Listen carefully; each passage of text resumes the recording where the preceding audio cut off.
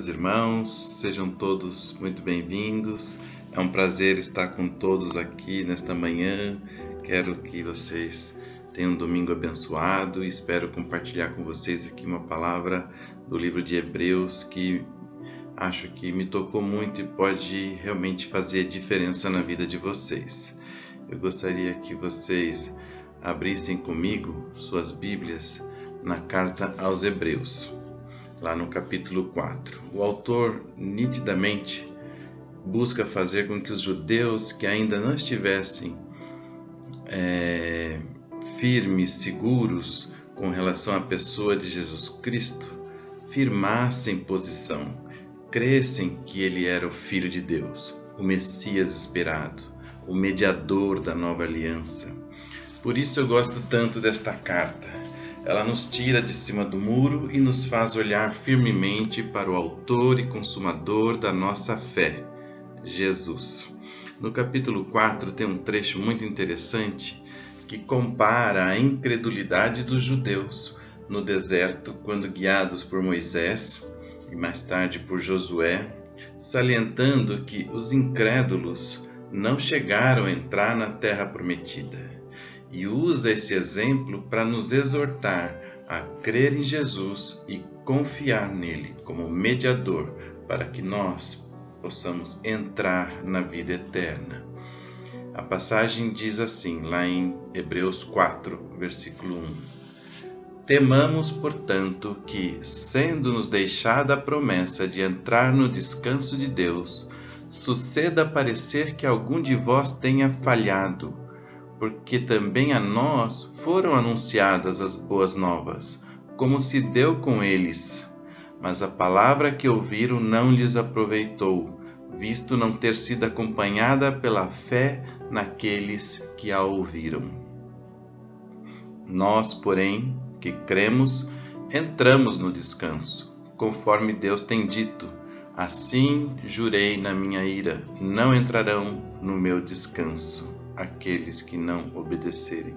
Embora certamente as obras estivessem concluídas desde a fundação do mundo, visto, portanto, que resta entrarem alguns nele, e que por causa da desobediência não entraram aqueles aos quais anteriormente foram anunciadas as boas novas, de novo determina certo dia, chamado hoje, falando por Davi, muito tempo depois, segundo antes fora declarado: hoje, se ouvirdes a sua voz, não endureçais o vosso coração. Portanto, resta-nos um repouso para o povo de Deus, porque aquele que entrou no descanso de Deus, também ele mesmo descansou de suas obras, assim como Deus descansou das suas. Esforcemo-nos, pois, por entrar naquele descanso, a fim de que ninguém caia, segundo o mesmo exemplo de desobediência. Porque a palavra de Deus é viva e eficaz, e mais cortante do que qualquer espada de 2 gumes. Penetra até o ponto de dividir alma e espírito, juntas e medulas, e é apta para discernir os pensamentos e propósitos do coração. E não há criatura que não seja manifesta na sua presença. Pelo contrário, todas as coisas estão descobertas e patentes aos olhos daquele a quem temos de prestar contas. Tendo, pois, a Jesus, o Filho de Deus, como grande sumo sacerdote que penetrou os céus, conservemos firmes a nossa confissão, porque não temos sumo sacerdote que não possa compadecer-se das nossas fraquezas. Antes, foi ele tentado em todas as coisas à nossa semelhança, mas sem pecado. Acheguemo-nos, portanto, confiadamente junto ao trono da graça, a fim de recebermos misericórdia e acharmos graça para socorro em ocasião oportuna. Nós lemos Hebreus capítulo 4, do versículo 1 até o 16. Que passagem maravilhosa! Eu acredito que fica claro que libertar os judeus do Egito e conduzi-los pelo deserto, como Moisés fez, exemplifica bem o que Jesus fez por nós. Mas também aqueles que morreram às portas sem conhecer a terra prometida, que manava leite e mel, explica bem a condição de muitas pessoas que não progridem na fé e acabam perdendo a sua salvação. Claro que eu gostaria de destacar 3 aspectos desta passagem, extremamente relevantes para a nossa vida cristã. O primeiro deles, foi-nos prometido um lugar de descanso, a vida eterna, a eternidade com Deus. Essa é uma promessa de Deus, uma promessa confirmada e repetida por Jesus. Esta passagem que nós lemos compara a libertação do Egito, mediada por Moisés, quando muitos dos filhos morreram no deserto. Os filhos de Deus, os judeus, eram o povo de Deus e não entraram no descanso prometido por conta da incredulidade. Isso é um fato real. Isso não é uma historinha, não é uma parábola, isso é um fato real. Do Egito até Canaã, não leva 40 anos para caminhar a pé. Eles ficaram 40 anos no deserto por causa da incredulidade. E Deus não permitiu que eles entrassem na terra prometida. No capítulo anterior, capítulo 3, o autor de Hebreus nos adverte: tende cuidado, irmãos, jamais aconteça haver em qualquer de vós perverso coração de incredulidade, que vos afaste do Deus vivo. Pelo contrário, exortai-vos mutuamente cada dia durante o tempo que se chama hoje, a fim de que nenhum de vós seja endurecido pelo engano do pecado. Eu li Hebreus 3, 12 e 13. Mas aqueles que confiaram na graça e não desacreditaram, foram obedientes e fiéis, entraram na terra prometida, conquistaram aquele território, alcançaram o descanso que Deus havia prometido para eles. Para nós, esse descanso, no nosso caso, é o descanso eterno, é a eternidade, a vida eterna com Deus. Vida eterna. Esse é o nosso descanso prometido. Como disse Jesus na última noite: na casa do meu Pai há muitas moradas. Se assim não fora, eu vou-lo teria dito. Pois vou preparar-vos lugar. E quando eu for e vos preparar lugar, voltarei e vos receberei para mim mesmo, para que onde eu estou estejais vós também. João 14, 2 e 3. Portanto, irmãos, alegremo-nos nesta esperança. Outro aspecto que eu gostaria de compartilhar com os irmãos: a palavra viva é um raio-x da nossa situação. Você poderia perguntar: como saber se estou no erro ou no acerto? No caminho ou fora dele? Seria realmente injusto se durante a nossa caminhada não tivéssemos um termômetro para aferir nossa temperatura, ou uma balança para aferir nosso peso. A Bíblia é um guia de vida. Jesus nos deixou instruções, caminhos e também um parâmetro para que a gente possa sempre estar se avaliando. Por isso, dou graças a Deus pela palavra, a palavra viva, como nós lemos no texto, porque a palavra de Deus é viva e eficaz e mais cortante do que qualquer espada de 2 gumes e penetra até o ponto de dividir alma e espírito, juntas e medulas, apta para discernir os pensamentos e os propósitos do coração. E não há criatura que não seja manifesta na sua presença. Pelo contrário, todas as coisas estão descobertas e patentes aos olhos daquele a quem temos de prestar contas, que é Deus. Então a Bíblia traz exatidão, a Bíblia traz as boas novas, as boas notícias, a Bíblia traz instruções, a Bíblia traz exortações, a Bíblia traz repreensões, né? Então a gente precisa estar sempre em contato com ela e usar essa ferramenta para aferir como nós estamos espiritualmente. Todos podemos e devemos nos olhar no espelho, que é a palavra de Deus. É um espelho onde a gente pode checar como estamos. Tiago 1, 22, 25 diz o seguinte: tornai-vos, pois, praticantes da palavra e não somente ouvintes, enganando-vos a vós mesmos. Porque se alguém é apenas ouvinte da palavra e não praticante, assemelha-se ao homem que contempla num espelho o seu rosto natural, a si mesmo se contempla e se retira e para logo se esquece de como era a sua aparência. Mas aquele que considera atentamente na lei perfeita, lei da liberdade, e nela persevera, não sendo um ouvinte negligente, mas um operoso praticante, esse sim será bem-aventurado em tudo o que realizar. A Bíblia é um espelho.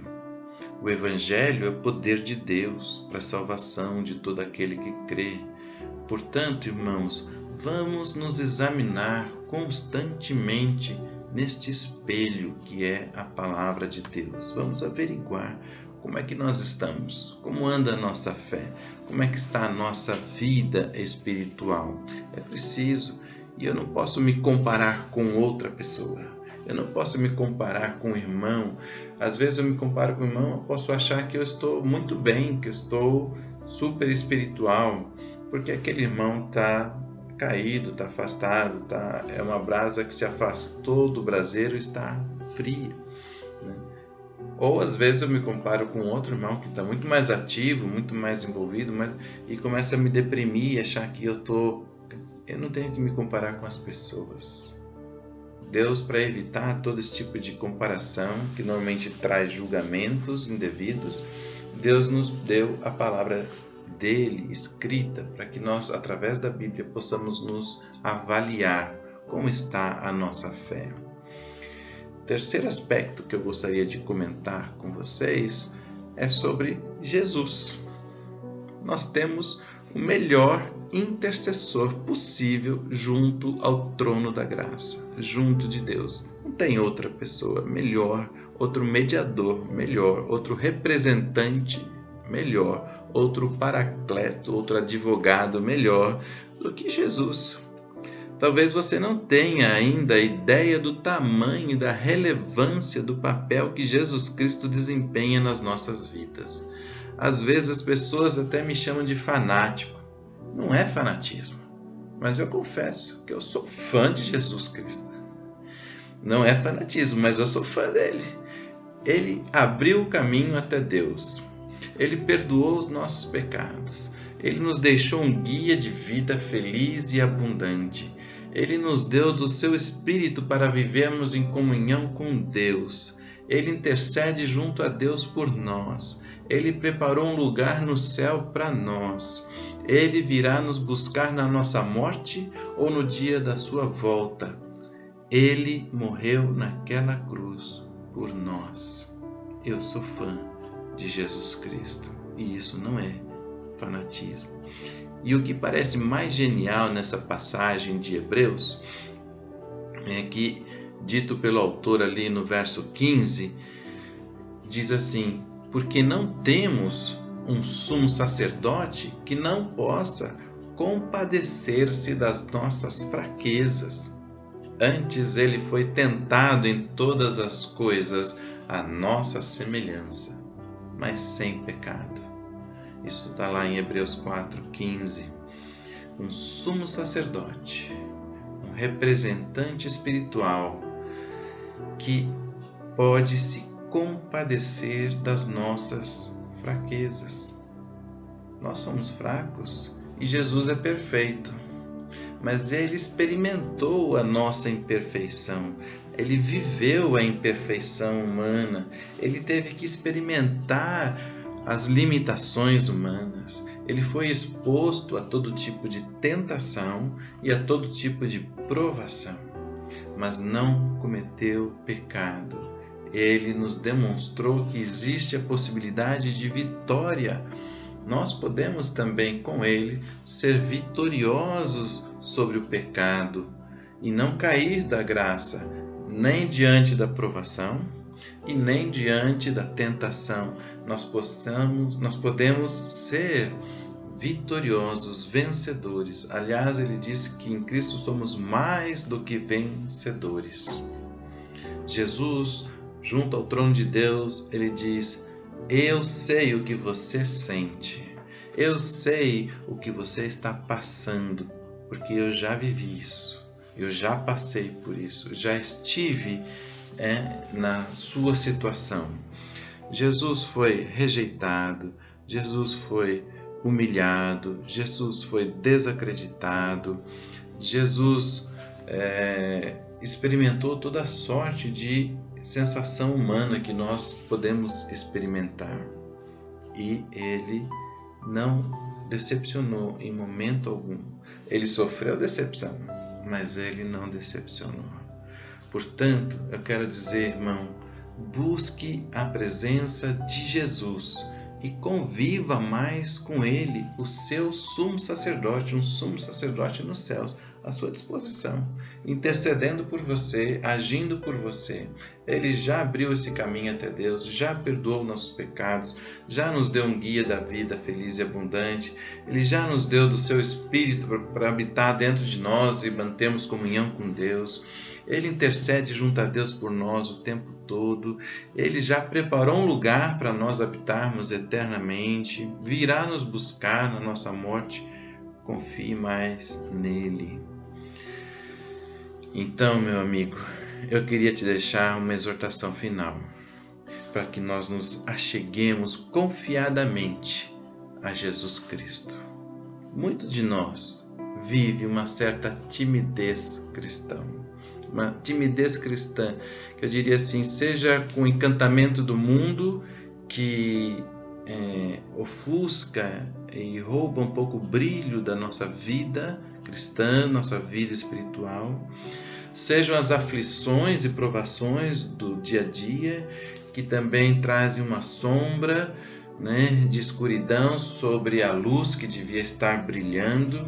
Então eu percebo que muitos de nós vivem uma certa timidez cristã, um cristianismo de quase lá. Talvez as críticas alheias, talvez o que os outros vão dizer, talvez o medo de ser taxado de fanático. Eu já fui chamado de beato, já fui chamado de bispinho, já fui chamado de pastorzinho, eu já fui chamado de um monte de coisa. Bitolado, carola, crente, tantas coisas, e às vezes isso nos intimida. Eu não sei. Eu só sei que eu quero exortar a você, meu irmão, minha irmã, que vive timidamente o seu cristianismo, ou a você que ainda não tomou Jesus Cristo na proporção devida. Já foi apresentado a Jesus Cristo, mas ainda não se entregou totalmente a Ele. É para você que eu quero dar essa exortação.